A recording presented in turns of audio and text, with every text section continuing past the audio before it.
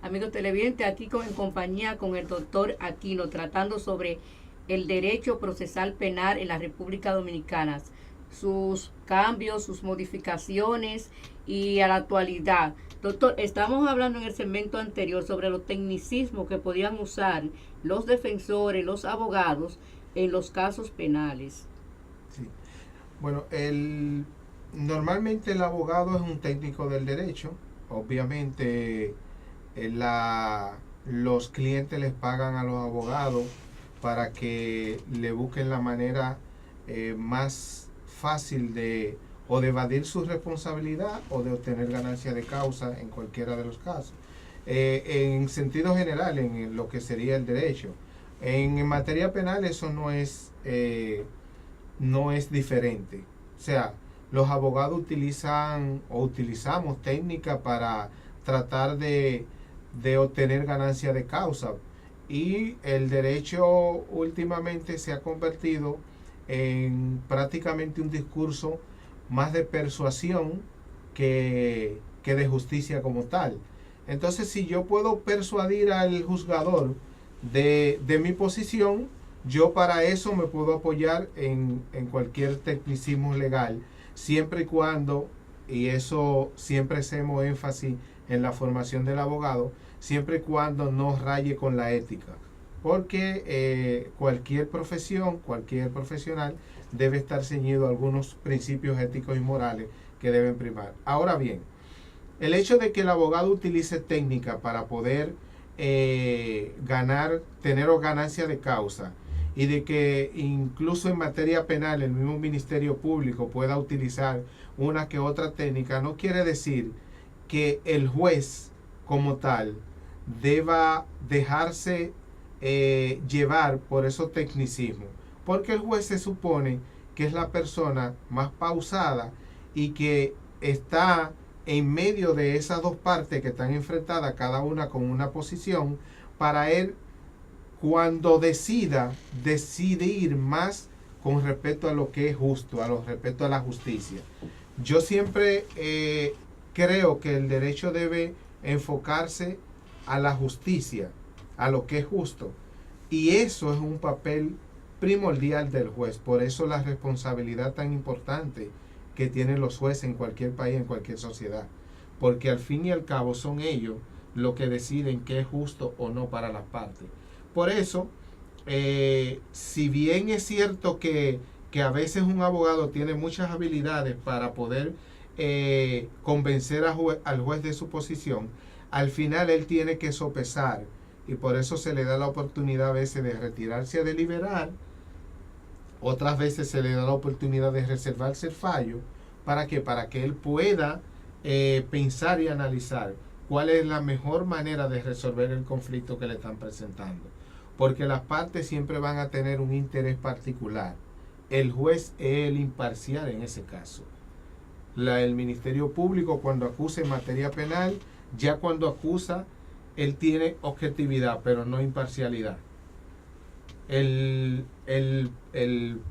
defensor o el abogado que está haciendo la veces de asistente técnico tiene parcialidad con ese imputado. Por tanto, el único que tiene que tener imparcialidad con el proceso es el juez. Y uno de los cambios, para retomar precisamente los cambios que ha tenido el procedimiento criminal con el procesal, es que hoy en día el juez no falla por la íntima convicción. Antes era, el juez veía a la persona y decía, yo te puedo condenar porque yo entiendo que tú eres culpable. Esa es mi convicción de que tú eres culpable, y el juez no tenía que decir por qué él entendía que esa persona era culpable. Hoy en día no, hoy en día el juez tiene que ver las pruebas que le presentan las partes, analizarla, y en base a esa prueba Hacer sus ponderaciones. hacer la ponderación del lugar, entonces poder decidir al final, con las pruebas que yo tengo, yo entiendo que quien tiene la razón es esta persona. Entonces precisamente esas son de las cosas que aunque haya tecnicismo de los abogados, el juez es el encargado de evitar que esos tecnicismos no rayen en lo injusto, porque puede rayar en lo injusto. ¿Y cuáles son los tipos de medidas que toman preventivas de prisión preventiva? ¿Cuáles son los tipos de medidas que se toman?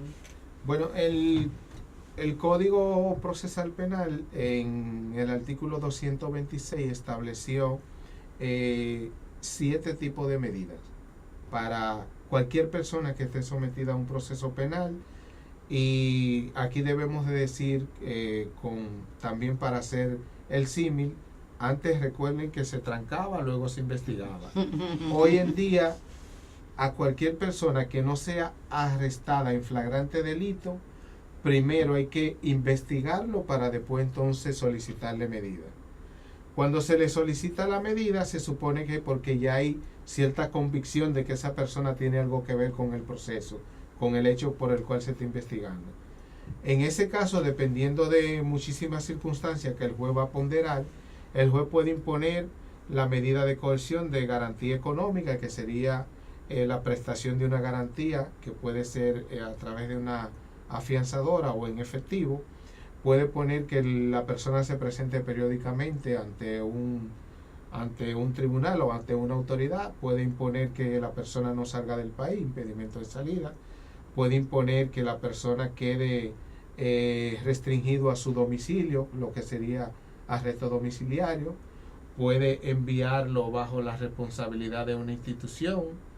Puede también ordenarle ingresar a un centro de desintoxicación o de tratamiento en el caso de hombre violento, y puede imponer la prisión preventiva. En todo caso, la prisión preventiva se estima o se establece. Sí, como la mayor pena en ese proceso. Sí. Diríamos. Sí, no sería pena, porque pena es ya cuando ha pasado el juicio que sí, pero es la más grave. La más grave. Es la más grave. Se la prisión supone que es la excepción. Sí. Es la excepción. Sí. Por eso, cuando se decide imponer la prisión preventiva, el juez tiene que motivar de manera mucho más sustanciosa, porque tiene que establecer que en ese caso específico hay hechos muy graves que comprometen gravemente la responsabilidad de esa persona, posiblemente la responsabilidad de esa persona, y por eso hay que imponerle la medida más grave, que es restringirlo de su libertad. Por eso nosotros siempre decimos que la prisión preventiva, en el caso específico del proceso penal, debe el juez al momento de imponerla tener que hacer una motivación reforzada. No decir te mando preso preventivo y ya, sino que debe decir las razones por qué, porque así lo establece el código. Tiene que establecer por cuáles razones entiende que esa persona en ese proceso tiene que estar preso. Porque en todo caso, cuando a una persona la mandan presa preventiva, normalmente la sociedad entiende ya que es culpable. Y no siempre es así. No siempre es culpable. La persona que envían presa preventiva puede resultar inocente. Y ahí entonces se estaría cometiendo una injusticia. Y por eso entiendo que hay que ponderarla de manera más exhaustiva. Sin embargo, Emilio, politizar ese código, como hablábamos anteriormente, ha obligado que esos jueces que tienen esa mirada social sobre los hechos que ocurren, aún no teniendo esos elementos necesarios para poder indicar una medida como es la excepción, la de prisión preventiva, se obligan a tener que esa persona que está siendo señalada como imputado, ¿verdad? Tenga que necesariamente ir con una medida de prevención preventiva. Entonces, existen unos cuantos casos, inclusive de la actualidad, de personas que tienen algunos recursos, porque también hay algunos elementos muy importantes, que son las condiciones que tiene que tener esa persona para poder merecer una pena. Háblanos un poquito de eso. Bien, mira, Richard, realmente lo que acaba de decir es quizás uno de los problemas que tiene el derecho en sentido general. Estoy leyendo últimamente un autor que se llama Alejandro Nieto, que dice que hay una ley para ricos y otra para pobres. Y realmente la ley no debe... No es un solo código. Ese se supone que, sin embargo, el problema está en la aplicación, tal como hemos dicho desde ahora. Y ahí es que juegan un papel preponderante los jueces. Nosotros tenemos, por ejemplo, para para circunscribirnos al ambiente que se está manejando hoy en día, nosotros tenemos una Suprema Corte de Justicia y un Consejo de Poder Judicial que fácilmente manda a suspender un juez porque ha dejado en libertad a un imputado que ha salido en la prensa como posible autor de un hecho. Entonces, eso es politizar el derecho, eso es politizar el código. ¿Cuál es la razón principal por la cual los jueces están imponiendo prisión preventiva? Porque ellos dicen, muchos han dicho, bueno, si yo le doy la medida más drástica, por eso no me van a suspender. Sin embargo, si doy una menos gravosa y el hecho sale en la prensa, me pueden suspender. Pero entonces, eso es irresponsabilidad. ¿cómo? Es una irresponsabilidad. No, es un código garantista. Sí. El juez está garantizando su puesto de trabajo. Ay, Sí, Richard. precisamente es que Ay, nosotros los seres Richard. humanos realmente tendemos a garantizar más nuestra vida precisamente por Está garantizando su sueldo. sí, por un problema de defensa personal que la de los otros, pero realmente si yo no tengo garantía, si yo como juez no tengo garantía, ¿cómo yo voy a garantizar la de los otros ciudadanos? Por eso ese problema de politizar la justicia es un problema nodal en cualquier sociedad. Los jueces necesitan la garantía de la independencia interna, que sería de su propio órgano de gobierno, y de la independencia externa, que es de los poderes políticos. O sea, los jueces tienen que sentir que ellos tienen garantizado que cuando deciden, ellos deciden conforme al derecho y que eso no le va a afectar. Ahora, si ellos entienden que eso le va a afectar, entonces la independencia judicial estaría en juego. Y uno de los pilares de cualquier democracia y de cualquier Estado de Derecho es la independencia judicial.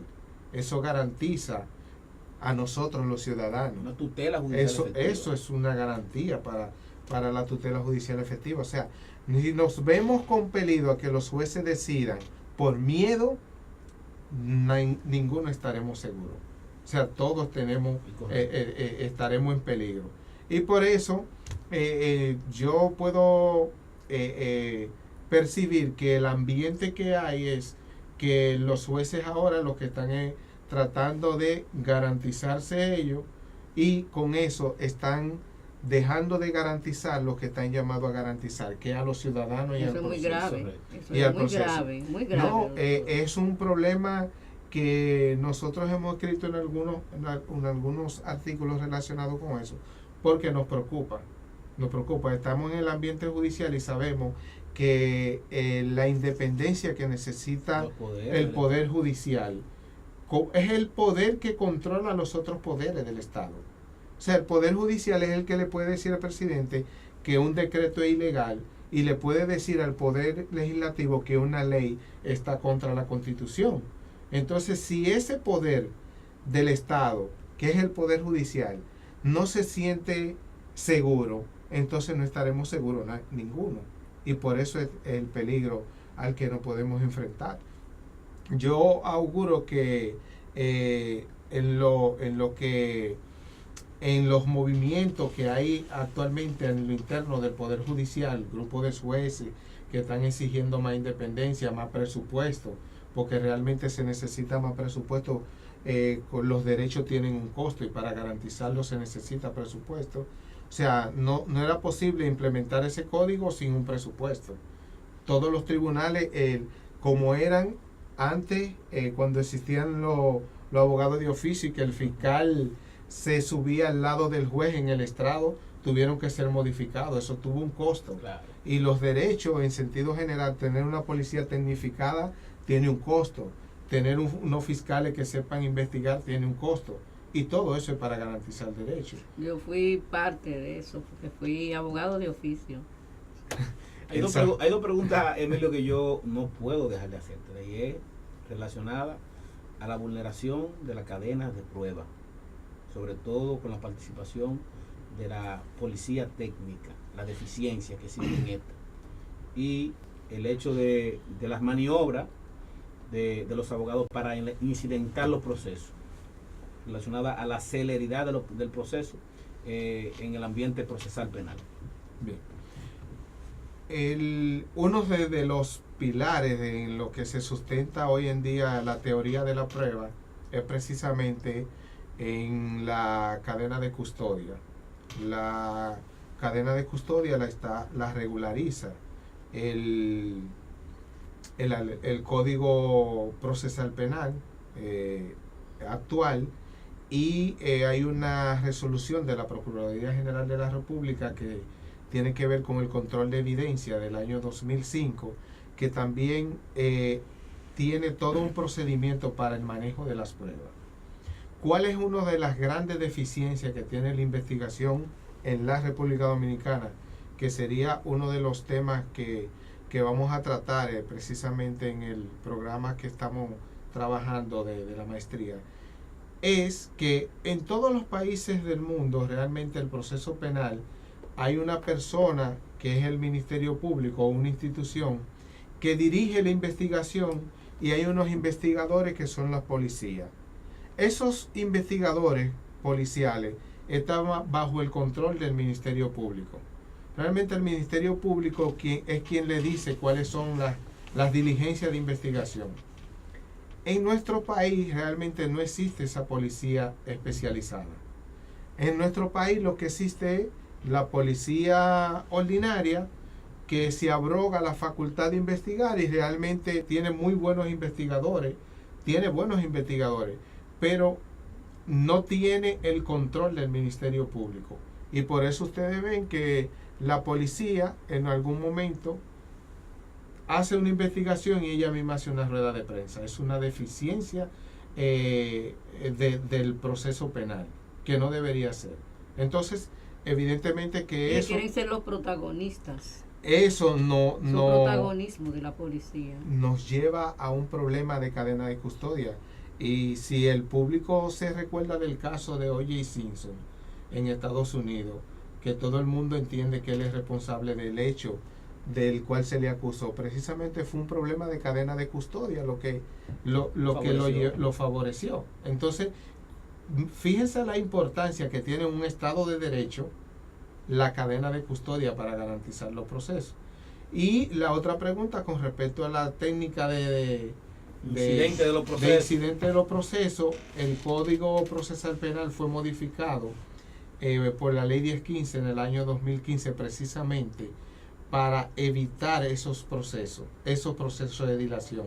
El artículo 135 establece sanciones a los abogados que por maniobra intenten incidentar los procesos. Precisamente le pueden hasta cancelar su matrícula en el colegio de abogados, los jueces, cuando se entienda que el abogado está utilizando táctica dilatoria, que en este caso sería litigación temeraria, y puede ser sancionado por esa práctica, que no es ética ni es lo que aconseja un profesional del derecho.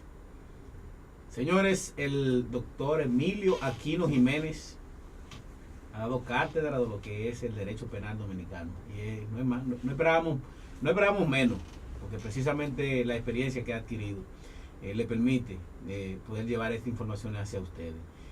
Lo contacto, doctor, para poder comunicarse contigo, aquella persona, si hay oportunidad de contactarlo a través de cualquier red social, aquellas personas que tengan interés de poder llevar a algún proyecto de curso, seminario, talleres. Sí, nosotros estamos en las redes sociales como Emilio Aquino y García Cuevis Asociado, que es nuestra oficina de abogados, y tenemos el número de teléfono 809-697-4822 y el 829-758-0630.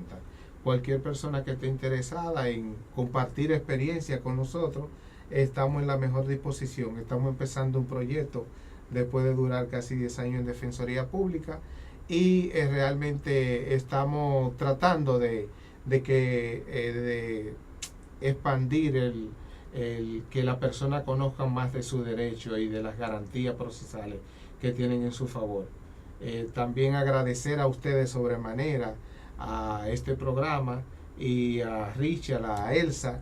Realmente me he sentido como en casa, y espero bueno. que no sea la Muchas última gracias. invitación a Sala Jurídica. Realmente me sentí como en mi casa y por eso espero que no sea la última. Nosotros, además de la invitación generalmente al invitado, con la calidad como la suya, también le damos una imprenta para que inmediatamente se haga su propia invitación. Muchas gracias, Richard. Un placer. Un placer. Así que doctor. hasta Un luego placer. y muchas gracias por estar con nosotros. Muchas gracias. Esto fue Sala Jurídica.